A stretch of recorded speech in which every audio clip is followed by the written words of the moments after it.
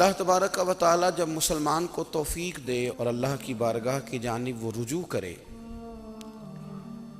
تو پھر اس کا رویہ یہ ہونا چاہیے کہ اس کی توجہ ہو اللہ کی جانب۔ ہمارے ہاں تسبیحات پڑھ لی جاتی ہیں اگر کبھی موقع ملے، لیکن وہ خاص انہماک، وہ خاص شوق، وہ خاص ذوق اللہ تبارک و تعالیٰ کی عبادت کا۔ ایک ہوتا ہے نماز پڑھنا، ایک ہوتا ہے اہتمام کے ساتھ نماز پڑھنا، یعنی ذرا وقت پہ اٹھنا، ذرا صحیح کر کے وضو کرنا، ذرا شوق سے مصلی بچھانا۔ ایک ہوتا ہے تسبیح پڑھ لینا، اور ایک ہوتا ہے ذرا تھوڑا سا نا شوق کے ساتھ اللہ کو یاد کرنا۔ آپ کبھی جو میں نے آیہ کریمہ پڑھی اس کی آپ شان نزول دیکھیں، نبی کریم صلی اللہ تعالیٰ علیہ وسلم کے نا کچھ صحابہ اللہ کی محبت کے شوق میں حضور کی بارگاہ میں حاضر ہوئے، اور انہوں نے آ کے عرض پتہ کیا کیا؟ عرض کرنے لگے یا رسول اللہ صلی اللہ تعالیٰ علیہ وسلم سالوں بیت گئے ہیں سجدے کرتے ہوئے، حضور سالوں بیت گئے ہیں تسبیح پڑھتے ہوئے، سالوں بیت گئے کہتے ہوئے کہ سبحان اللہ وہ پاک ہے، ہمیں سالوں بیت گئے یہ کہتے ہوئے کہ اللہ اکبر وہی سب سے بڑا ہے، سالوں بیت گئے کہتے ہوئے کہ الحمدللہ ساری تعریفیں اللہ کے لیے، سالوں بیت گئے اس کی تسبیح کرتے، تحلیل کرتے، تکبیر کہتے۔ حضور اب نہ ہمارا اپنے رب سے ملنے کو جی چاہتا ہے، کبھی اے حقیقت منتظر نظر آ نہ لباس مجاز میں، لاکھوں سجدے تڑپ رہے ہیں میری جبین نیاز میں۔ اور اقبال کہنے لگے کہ تیرے عشق کی انتہا چاہتا ہوں، تو میری سادگی دیکھ کیا چاہتا ہوں، میرا ذرا سا تو دل ہے مگر شوق اتنا، میں وہی لن ترانی سنا چاہتا ہوں۔ میرا بھی دل کرتا ہے کہ اللہ میں تجھے کہوں میں تجھے دیکھنا چاہتا ہوں، جس طرح حضرت موسیٰ کلیم علیہ السلام نے کہا تھا، اور تو مجھے کہے کہ لن ترانی تو نہیں دیکھ سکتا، ذرا سا تو دل ہے مگر شوق اتنا، میں بھی وہی لن ترانی سنا چاہتا ہوں۔ پھر کہنے لگے بھری بزم میں راز کی بات کہہ دی، بڑا بے ادب ہوں سزا چاہتا ہوں۔ دیکھو سب لوگوں کے بیچ ہی میں نے یہ کہہ دیا۔ میرے عزیز صحابہ نا شوق میں، کتنے سارے لوگ ہیں آپ، کتنی ماشاءاللہ بڑی تعداد میں آپ آئیں، ہم بھی کبھی اس شوق میں گئے ہیں کہ ہمارے رب کو دیکھنے کو دل چاہتا ہے، ہمارا جی چاہے وہ کبھی ہمیں ملے۔ حضرت عبداللہ ابن عمر رضی اللہ تعالیٰ عنہ حضرت عمر کے صاحبزادے، مکہ مکرمہ میں ان کی قبر ہے۔ میں نے جب انہیں پڑھا تو مجھے ان سے بڑا پیار ہو گیا، لیکن آپ کو پتہ ہے وہاں جا کے کسی شخص کا مزار تلاش کرنا یا پوچھنا ایک مشکل کام ہوتا ہے۔ تو ایک دفعہ میں مکہ شریف میں حاضر تھا، تو ایک گاڑی والا ڈرائیور مجھے کہنے لگا کہ مولانا میں آپ کو جانتا ہوں، مجھے آپ سے محبت ہے، ایک بات بتاؤں آپ کو؟ میں نے کہا بتاؤ۔ کہنے لگے حضرت عبداللہ ابن عمر کی قبر دیکھنی ہے۔ میں نے کہا یہ تو نہیں کہہ رہا، یہ کسی نے بندوبست کرایا ہے، یہ اللہ نے تیرے دل میں بات ڈالی ہے، یہ ہو گیا تو لے چل مجھے۔ حضرت عبداللہ ابن عمر کو نبی پاک نے فرمایا تھا راجل صالح، یہ نیک بندہ ہے، یہ متقی آدمی۔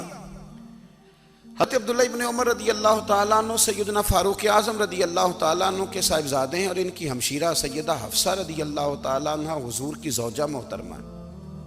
ایک دن اپنی ہمشیرہ سے کہنے لگے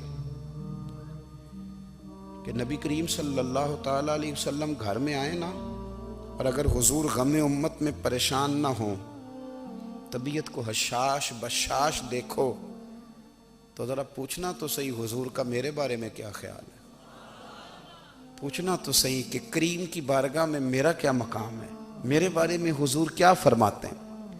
اب بہن کو کام بتائے اور بتائے بھی بھائی، اور پھر بہن وہ کام نہ کرے، یہ تاریخ میں ہوتا نہیں۔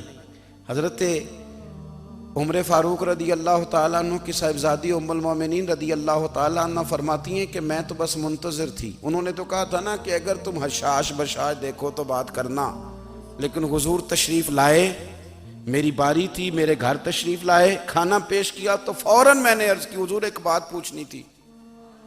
تو حضور نے فرمایا پوچھئے۔ میں نے عرض کی حضور میرے بھائی عبداللہ ابن عمر کے بارے میں آپ کا کیا خیال ہے؟ نوجوانوں میری بات پہ غور کرنا، میرے بھائی کے بارے میں آپ کا کیا خیال ہے؟ تو نبی کریم صلی اللہ تعالیٰ علیہ وآلہ وسلم نے میری طرف دیکھا اور پھر حضور زیر لب تھوڑا مسکرائے، اور بریلی کے امام کہتے ہیں کہ حضور مسکرا دیتے تھے نا تو جو بڑا دکھی ہوتا تھا وہ بھی ہنس پڑتا تھا۔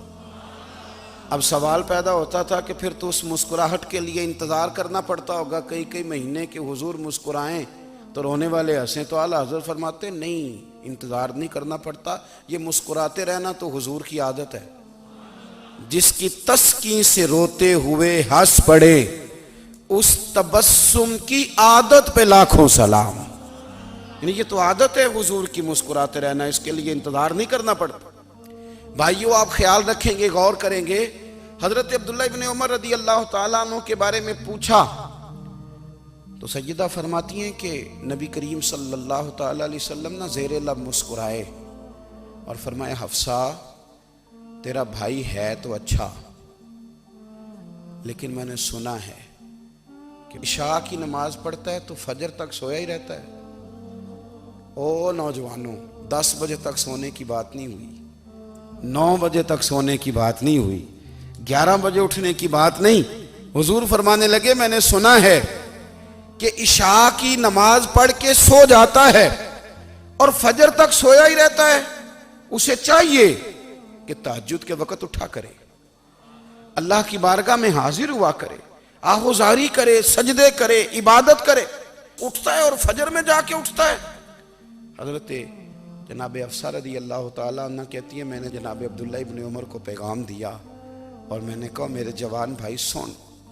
نبی پاک نے فرمایا ہے تو اچھا پر تہجد میں نہیں اٹھتا، نفل نہیں پڑھتا۔